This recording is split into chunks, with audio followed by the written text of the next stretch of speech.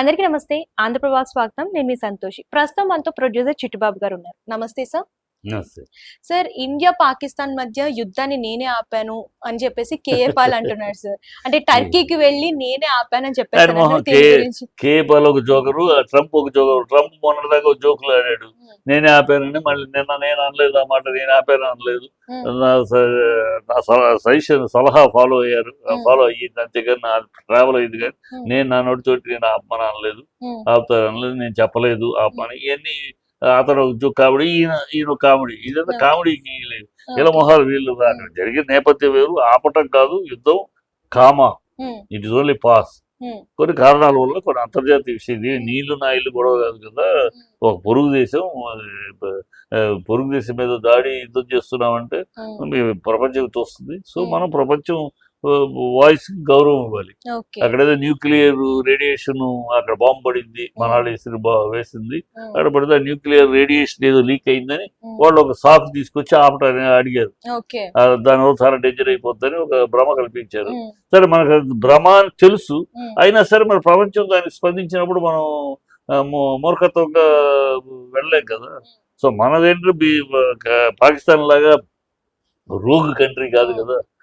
పాకిస్తాన్ లాగా ఒక సంస్కారము సాంప్రదాయం లేని దేశం కాదు కదా. అదొక రోగ్ కంట్రీ, అదొక అడుక్కు తినే దేశం. అది దానికి ఏ ఉండదు, సిగ్గు సెరవు ఏమి ఉండదు, ఏమి చేస్తాం. మనం అలా చేయలేము. మనం కల్చరు, సంస్కృతి, సాంప్రదాయం ఉన్న దేశం మంది, ఓ పద్ధతి. మన శాంతి కాముకులం. మనమే కావాలి చంపేయాలి, నరికేయాలి, యుద్ధాలు చేయాలి మనం అనుకో. కానీ మన మీద వచ్చినప్పుడు దాని ప్రతిఘటన తీవ్రంగా ఉంటుందని చాటి చెప్పాం. మా మీదకి వస్తే ఎంత తీవ్రంగా ఉంటుందో మా ప్రతిఘటన చూడండి అని ఒక శాంపుల్ ఇచ్చాం. శాంపుల్ ఇచ్చినాక వాళ్ళ దిమ్మ తిరిగిపోయింది. దిమ్మ తిరిగిపోయి కాళ్ళ బేరానికి వచ్చారు. ఆపండి అనడానికి ఏం చెప్పారు, ఈ న్యూక్లియర్ లీకేజ్ ఉంది, అదే ప్రపంచ దేశాలకు చెప్పడం. వాళ్ళందరూ ఇతర దేశాలు కూడా మొన్న రిపోర్ట్ వచ్చింది. ఆ దేశాల నుంచి పెద్ద సైంటిస్టులు వచ్చి లీకేజ్ లేదు అని మనం ముందే తెలుసు. మనం అన్నా లీకేజ్ లాంటిది లేదు, నేను చూసే కొట్టామని. కానీ వాడు లీకేజ్ ఉందని ఒక భయాన్ని పుట్టించాడు.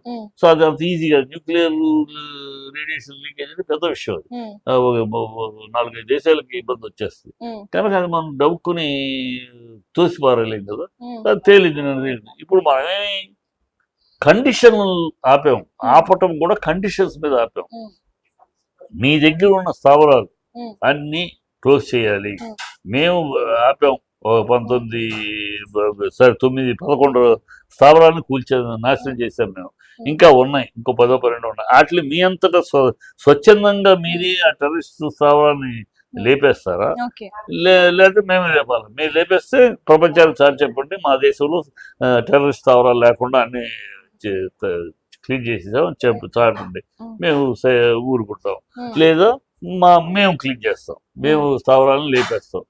రెండోది డిస్కషన్, చర్చలు ఓన్లీ పిఓకే మీద, పాకిస్తాన్ ఆఫ్రికా మీద చర్చలు. ఈ కండిషన్స్ పెట్టి దానికి సిద్ధమైతేనే ఆపాం. వాళ్ళు దానికి సిద్ధపడి వెళ్ళారు. చూద్దాం, వాళ్ళకి టైం ఇచ్చాం కదా వాళ్ళ స్థావరాలను లేపేయడానికి. కొంత టైం ఇచ్చాము, చూస్తాం.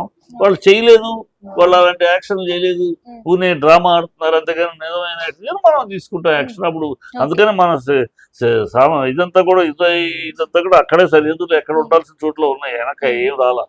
వాళ్ళే మాట ఆపాం, పాస్ అంతే. వాడు ట్రంప్ వాగుడు కూడా డీటెయిల్ సమాధానం ఇచ్చాడు మోడీ గారు. ట్రేడ్ ఆపేస్తామని అన్నాము, అందుకని ఆగారంటే trade and terrorism cannot go together అని ఇండైరెక్ట్ గా చెంపదెబ్బ కొట్టినట్టు చెప్పేశారు మోడీ. కనుక మోడీతో అసలు మాట్లాడలేదు ట్రంప్ అనేది. మన విదేశాంగ శాఖ మంత్రి శాఖ నుంచి క్లీన్ అనౌన్స్మెంట్ ఇచ్చాము. సో వాడు ఒక బాగుడు ఈ కేబల్ సరే, ఇది పెద్ద కామెడీ జోకులు కానీ ఇతను మాట్లాడటం ఏమైనా ఎవరికి పుట్టిన పెట్టారు, నా పెట్టా అంటాడు. ఆ బాబు కాదు. అంటే కేఏపాల్ టాపిక్ వచ్చింది కాబట్టి అసలు ఒక మీటింగ్ పెడితే ఆయనకి 12 లక్షల మంది ఎంతమంది వచ్చి ఆ రోజులు అసలు ఆయన స్టోరీ ఏంటి సార్? అంటే ఆయన కావాలని కమెడియన్ చేశారా, లేదంటే అతనే చేసుకున్నాడమ్మా. అతను గతంలో డౌట్ లేదు, గతంలో 110 దేశాలు ప్రెసిడెంట్ ఆయనకి రెడ్ కార్పెట్ వేసారు. దాంట్లో వాస్తవం ఎనిమిది కళ్ళారా చూసిన వాళ్ళది, విన్నాం వెంటనే కాదు కళ్ళారా చూసిన వాళ్ళది. కనుక ఆ గతం వేరు. గతంలో ఆయన మహానుభావుడు, పెద్ద ఆ తర్వాత అతను ఇంట్లో మర్డర్ అవడం, తమ్ముడు తావటం, అనేక విషయాల్లో ఆ దేవుని ఆశీర్వాదం పోయింది. ఒకప్పుడు ఆయన మా గళం ఎత్తితే అమెరికా ప్రెసిడెంట్ నుంచి బ్రదర్ చెప్పండి మీ ప్రేయర్ మీ దయ అన్న రోజుల నుంచి అతనే దిగజార్చుకున్నాడు. అతను దేవసేవకుడుగా దేవుడిచ్చిన ఆశీర్వాదాన్ని అహానికి వెళ్ళిపోయి, టూ మచ్కి వెళ్ళిపోయి, ఆ అహం వల్ల దేవుడు తీసేశాడు. ఇచ్చిన ఆశీర్వాదం పక్కన తీసేశాడు అంతే. ఇప్పుడు అతను ఈ గతాన్ని చెప్పుకుని బతికేయడం తప్పితే నేను అప్పుడు నీతో తాగాను, ఇప్పుడు నా మూతులు వాసన చూడండి అని చెప్పుకుంటా తప్పితే ఇప్పుడేమి లేదు. Thank you sir.